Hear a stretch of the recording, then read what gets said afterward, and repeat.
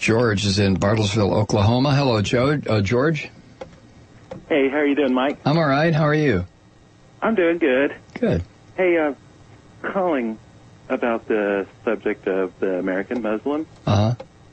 And it seems there's a lot of publicity about just certain religious groups and their rights being challenged or whatever.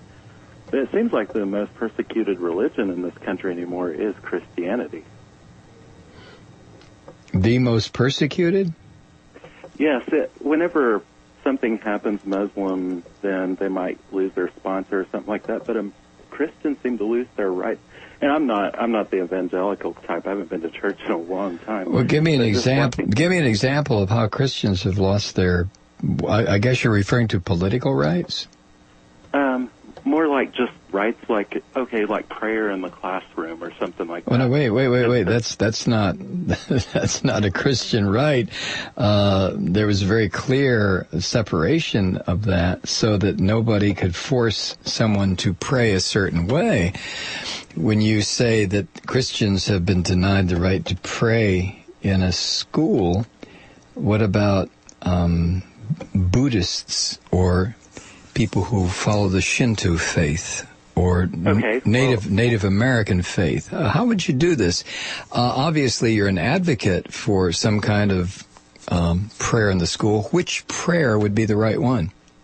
Well, actually, I'm not. I'm actually an advocate for freedom because it really. Okay, then why, if you're an advocate for freedom, why in the world would you bring up prayer in the schools as being an example of where Christians have lost their freedom? I don't understand. Okay, because lately in the media, I've been seeing stories where if somebody mentions the word Christmas, or if a Christian practices their belief publicly, then it's pretty well condemned. And by whom? What are you talking about? What do you mean? This is look. Okay. No, wait. Don't interrupt me. If you interrupt me, George, I'll just put you on hold. All I have to do is hit a button here, and then you can't talk. But when you say Christians are being denied something, what? What are they being denied? Well, they're not being denied, but... Well, then what's the point of your phone call, George? Okay, the point of my phone call is in the media, when a Christian publicly exercises their religion... Now, wait a second. What are you talking about in the media? Now, you're going to have to get off your Glenn Beck Christian right nonsense and give me some specific examples. This is a progressive talk show. This is not right-wing radio. So give me a specific example of what you're talking about, George. Okay, specifically, I saw a news story, Jesus Christ. And a child said the word Jesus, and it was pretty much condemned by the school. What? You saw it where? When? On CNN. On CNN. You saw a news show that said a child mentioned the name Jesus, and what happened to him? Did they kill the child? No, they didn't. Did they throw the child out of school? Where did the child say it? In a bus station, a church, a school, a cloakroom? Where? Okay, it was a school. A school. And what kind of a school was it? A public school? It was a public school. And where? Was it in Ohio, Michigan, Oklahoma? Where? I don't remember. Okay, and what did the child do specifically, and what was the punishment? Okay, specifically, they were told not to mention Jesus, right? Well, do you know why? It's a public school. Why not mention Muhammad? Okay, that is correct. Why not mention the Buddha? Why not mention, I don't know. I mean, I still don't understand, George, what your point is. Of course, a child, when you go to church, do you stand up and do multiplication tables? No, you don't. So when a kid goes to public school, should he stand up and testify for Jesus? No, he shouldn't. Right. The point of my phone call is that whenever a child stands up and in a public school or a public forum and testifies for Jesus, it's But that's a public school, for Christ's sake. I mean, what do you want? Oh, George, I'm getting so close to hanging up on you. I just can't stand to have a conversation with someone like you where your brain has been sucked out and replaced by Bible tracts. I just don't know what to do with someone like you, George. What should I do with you? About me. The second half of my point is whenever a child stands up in a school and mentions Mohammed or something like that, it's protected. George, you don't seem to understand that a public school is not a place to discuss religious bigotry. And any time you start talking about one of these avatars for one of these crazed religions, you are expressing religious bigotry. A. B. What child can make a decision regarding religious indoctrination? I mean, give me a child till he's 5, I'll give you a Catholic for life. I mean, George, again, what is the point of your call?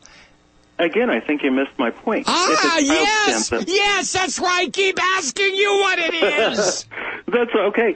And if you listen, if a child does stand up and advocate for why should he? Muslims, George, why should a kid say anything about religion that the kid had no choice in making? It was pumped into his head by his parents or his grandmammy or his church or somebody else who got this young little brain and twisted it into a certain shape. So why should the rest of the children and the teacher have to listen to this warped child spew something that the kid doesn't even understand? You know, I don't care why the reason... Oh, God. All right, George, goodbye. Oh, Jesus. I give up. I give up. You know, I cannot talk to people like you, George. I just can't do it. I try, and I try, and I try. Over 27 years of doing radio, I always make the effort. Always. And it always comes to this, where I'm just yelling at you, and your ignorance just keeps pounding through the phone call until finally I have to decapitate you by getting you off the phone. I've never heard so many whiny-ass Christians talk about how they're being discriminated against. What are you talking about? Well, they threw Jesus out of the church. Jesus isn't interested in out of the school. He's not interested in your school, and that's a lie anyway. The Supreme Court never ruled that people can't pray in school. I've said this so many times. What's wrong with you people? You want to send your little darling into 3rd grade and pray? Send her! Just tell her to do it silently, the way Jesus instructed you to do. Supreme Court only said that the state, in all of its different manifestations, does not have the right to dictate what the prayer will be. And you Nazi Christians have a problem with that, don't you? Don't you? Oh, Mike, but we believe in religious freedom as long as it's our religion that's free to condemn yours. You want to pray in school? Pray in school. Just do it silently. Nobody cares about your testifying. Kids are there to get educated, not indoctrinated. For God's sake, so to speak. It just never fails. It never fails. And I will sit here, like with George. Normally I don't give these people that much time, but every once in a while I think, okay, let's see if we can do this. Let's see if we can get through the alphabet without this nutball suggesting that 17 of the letters are missing, and it never works. It never works. Prayer in the schools. The last place there should be any kind of religious hocus-pocus, jumbo-mumbo, bigotry, superstition, weirdness, nonsense. Practice that in your church, your synagogue, your mosque. I mean, if you must, go do it! But keep it the hell out of the schools! I mean, unless it's a seminary. But 6-year-olds don't go to school to be told they're going to burn in hell unless they accept Jesus Christ as their Savior. You get that at home. You get that in your church.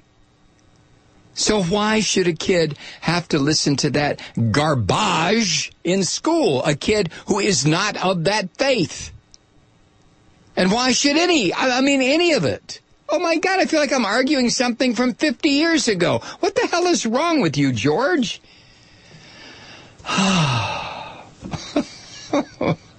Every single time I get snagged.